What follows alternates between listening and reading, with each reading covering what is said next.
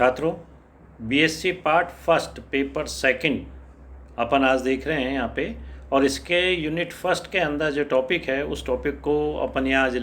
मैं समझाने की कोशिश करूँगा। और इस टॉपिक का नाम है डाइवर्जेंसी इन कार्टेशियन कोऑर्डिनेट्स, मतलब कार्तिकीय निर्देशांकों के रूप में डाइवर्जेंस का मान कैसे निकाल सकते हैं। डाइवर्जेंस क्या होता है इसके बारे में मैं आप लोग पहले वाले जो वीडियो लेक्चर्स है अगर आपने नहीं देखे हो तो उनको देखिए, उससे आपको डाइवर्जेंस का मान पता चल जाएगा कि डाइवर्जेंसी का मतलब क्या होता है। तो इसको यहाँ निकालने के लिए मैंने, चूँकि कार्तिकीय निर्देशांकों में निकालना है इसलिए मैंने यहाँ एक फ्रेम बनाया है XYZ कार्तिकीय निर्देशांक फ्रेम है। इसमें मैंने एक षटफलक लिया है और ऐसा षटफलक लिया है कि जिसका जो आयतन है बहुत ही छोटा है और उस छोटे से आयतन को अपन ने dV के द्वारा यहाँ पे बताया है। इस षटफलक के अंदर मैंने माना कि इसके सेंटर में कोई बिंदु है P और इसके जो निर्देशांक है यहाँ अपन इसको XYZ के रूप में मानते हैं कि इस P बिंदु के निर्देशांक XYZ हैं।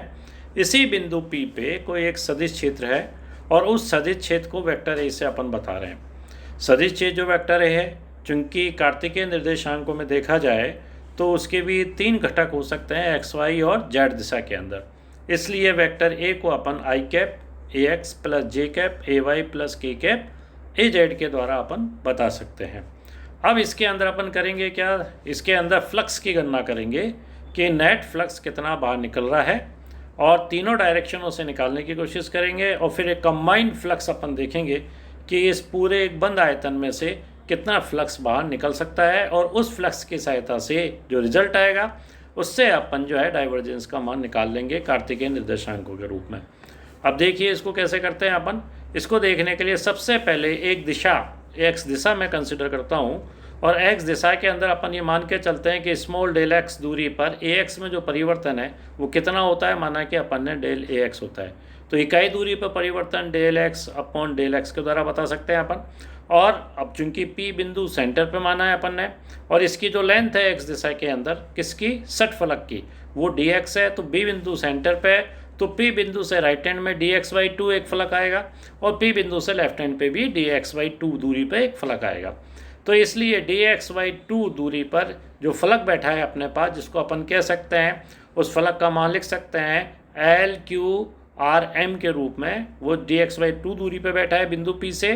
तो उस पृष्ठ पे जो फ्लक्स का मान होगा उसको अपन del AX upon, sorry flux का नहीं, उस पे जो सदिश का मान होगा उसका मान होगा del AX upon del X upon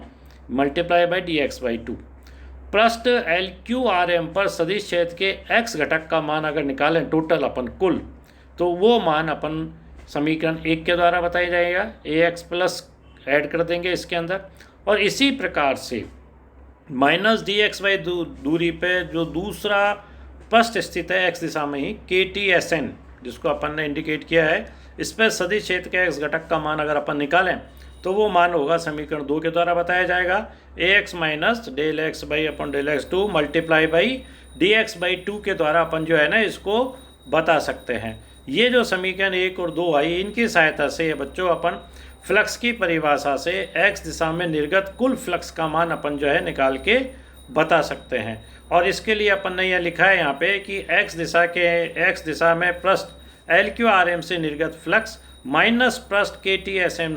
KTSN से आगत फ्लक्स, मतलब कितना फ्लक्स तो बाहर निकल रहा है छात्रों और कितना फ्लक्स जो है अंदर आ रहा है, उससे नेट फ्लक्स का मान अपन निकाल रहे हैं कि x दिशा में कितना फ्लक्स जो है बाहर निकल के जा रहा है। और इस फ्लक्स के मान को अपन ने φx से बताया है। समीकरण 1 और 2 से अपन वैल्यू रख देंगे और चूंकि फ्लक्स का मान निकाल रहे हैं तो अपने को क्षेत्रफल भी चाहिए। x दिशा से निकल रहा है तो क्षेत्रफल की गणना y और z दिशा से होगी, तो y और z दिशा को अपन कंसिडर करेंगे, जिसके लिए अपन ने मान लिया कि जो क्षेत्रफल होगा, चूंकि y दिशा के अंदर जो लेंथ है वो मानी अपन ने dy और जो z दिशा के अंदर जो लेंथ है वो अपन ने मानी है dz, इसलिए φx फ्लक्स हो गया अपने पास। और जो इक्वेशन अपन ने यहाँ दी है, जो इक्वेशंस में राशियाँ जो कैंसिल होती है उनको कैंसिल कर दिया अपन ने और इससे अपने को समीकरण 3 मिलती है कि del x upon del AX upon del x dot dx dy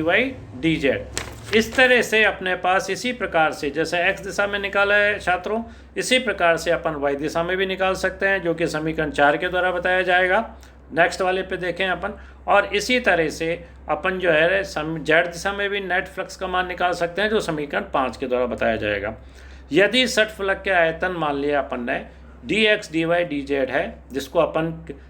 dv के द्वारा अपन बता सकते हैं, और एक सट फलक चूँकि बंद पृष्ठ है तो इससे निर्गत कुल फ्लक्स का मान निकालें। तो जैसा कि यहाँ बताया अपन ने कि इंटीग्रेशन लेंगे अपन और एक सर्किल बनाएंगे इंटीग्रल पे, क्योंकि ये बंद पृष्ठ है और सरफेस के प्रति ले रहे हैं इसलिए एस लिखेंगे अपन। तो vector A dot D A, और इसमें तीनों फ्लक्स जो तीनों डायरेक्शन में निकल रहे थे उनको तीनों को अपन यहाँ पे ऐड कर देंगे। तो ये अपने पास आई है 5x plus 5y plus 5z। इनकी वैल्यूज़ पीछे 3 4 5 जो समीकरण आई है उनसे यहाँ रख देंगे, तो अपने को समीकरण 6 प्राप्त हो जाती है, जहाँ की dv का मान dx dy और dz के बराबर है।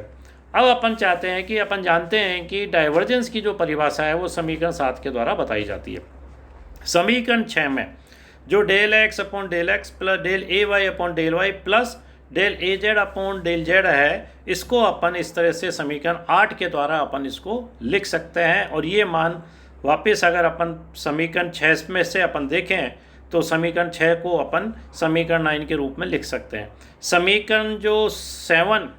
और जो समीकरण 9 है इनके आपस में अगर तुलना की जाए तो अपने को समीकरण 10 मिल जाता है, जो कि किसी सदिश ए का डाइवर्जेंस कहलाता है, जिसको अपन के डेल डॉट वेक्टर ए के द्वारा अपन बता सकते हैं, जिसको कि अपन निकालना चाह रहे थे। इस पे बहुत सारे न्यूमेरिकल्स आते हैं, इजी न्यूमेरिकल्स आते हैं। आप अगर एक देखना चाहो तो मैंने यहाँ पे एक एग्जाम्पल के रूप में बताया है कि यदि एक एग्जाम्पल यहाँ लिखा है कि यदि सदिश क्षेत्र वेक्टर ई का मान दे रखा है